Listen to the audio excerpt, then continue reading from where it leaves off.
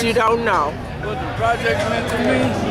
What? I mean, a glorious time. It was a time of life, a time of family, it was a time of giving back, and it was a time of enjoyment. We had so much fun in the projects that we were together as one. We unified a lot of things in the projects. We came to life with a lot of problems, and we helped a lot of people. All the guys that came before you grew up in the projects because it was a lifely thing. It was a thing whereas I see the generation coming up behind me now, and they're all good. It was rough, but they're all good. And that's what's important. Right. Where you was raised at, That's how right. your family was, and how they doing now. Can you communicate back to where you was at? And when I see you with that mic and see your son standing next to you, and you are so lovely and raised up in the project, oh, it wasn't all bad. It wasn't all bad. The outsiders thought it was bad, but we came a long way. And we enjoy every moment of it. Because here we are today, we're still giving back. That's right, and we love you for it. Now, from your knowledge, who was the actual official first housing projects? I mean, I'm hearing Sojourner Truth versus Parkside. They're not sure. They said it's either one of those because both of them was military based. And that's what they were based on, the military base when they became projects, and they moved the blacks in there and they overfilled other areas. Before the 1950 was all white. In the projects, in the Parkside projects. I was about the third, Frank was about the second, and I was about the third person that moved in there as a black couple, family, married, in the projects with flowers and everything. It wasn't all that desolate like they see projects now. And it was rough because by being the first blacks to go to schools in the area, and we couldn't cross Dickinson to take our kids to school because they were sick to dogs on when we had to bus our kids to school. Right out of the projects, we could not take our kids to school from the Parkside projects because we had to bus them. Because it was so prejudiced on the other side of Dickinson, it was all white. But we grew up and we go beyond that. That's why we're here today. So what changed that? Eventually you guys had to get busing and strong leadership. Was there a committee for that? Yeah, it was a committee. Strong leadership that we got together and we pulled all our kids out of school.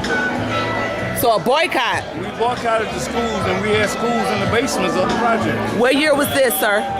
This was like in, let's say from 64 on up to about maybe 65, we pulled our kids out of the schools.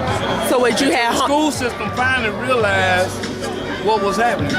So did you do homeschooling or? We did homeschooling. We had teachers there. We dug. We had projects there. We had things for kids to do. They wasn't behind when they got back to school. That's my question. They wasn't behind when they got back to school. As a matter of fact, they was ahead. But they heard your voice though. They heard our voice and they finally realized that we did need help. And they gave us the buses and stuff to bus our kids to school so we can go into a most dominant white neighborhood outside of the projects and take our kids to a quality school. Now what, you said this was before the riots of 67? Before the riots. Wow. It was a turmoil way before the riots. Okay. Now how does Paradise Valley, well we call Black Bottom or Hastings Street? Paradise Valley was the neighborhood that we had. When they call it Paradise Valley, some people describe it different ways. I describe it as a neighborhood where our families grew up at. Our families were raised coming from the South, and they spread out and they had black business in the Paradise Valley.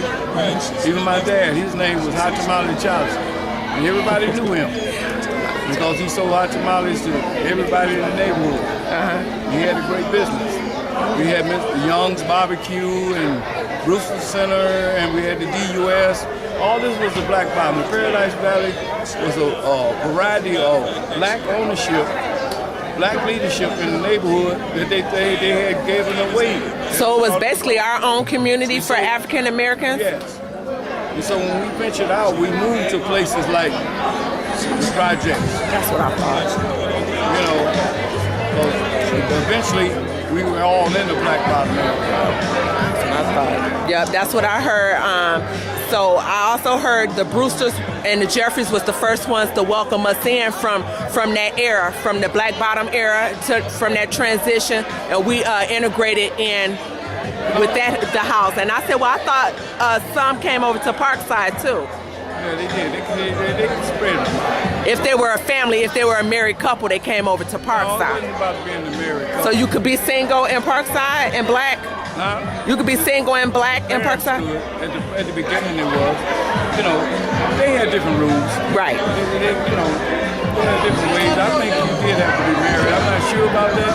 Yeah. So I'm not going to base it on that. Right. Based on what I know. But the government had to change it after the Equal Housing Act took place. They couldn't discriminate. No longer discriminate. So the single family came in. It was there, but they never did. Right, use it. After the riots, after the 67, that's when the government opened it. A lot of people coming in probably because there was a lot of stuff torn down in the city. Yeah, after the riot. So I think, well, I heard that most of us the African Americans got their break after the riots. That's when the government really opened the doors up for all of us to go into these housing projects. And along with the Equal Housing Act that came a little later. Well, you know, you'll tell different parts because I was in it, you know, just like when we went to our own south to the march and stuff and come back, you know, we discriminated against because in the projects, most of the whites heard me and went down to the march, you know, with the bus there, and, you know, so it was rough, but we came through it, you know. Right. So in general, I look around now and I see a lot of the people I had in my programs, we had The products of Parkside. we took them, we did a lot of things, a lot of good things in the projects with them. And we showed them a lot of leadership as leaders. And that's the most important thing. So when you see them now today, and even see you behind the camera, it's a wonderful sight.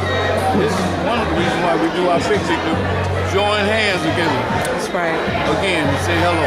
Hello, and I thank you, sir, for this blessed opportunity. And I'm proud to be born and raised and a product of Parkside because of people like you that took the time out to extend their hands when my biological dad wasn't in the picture. One of the things that's going down to the housing office as commissioner, sitting on the board with the commissioners and stuff, we changed a lot of things.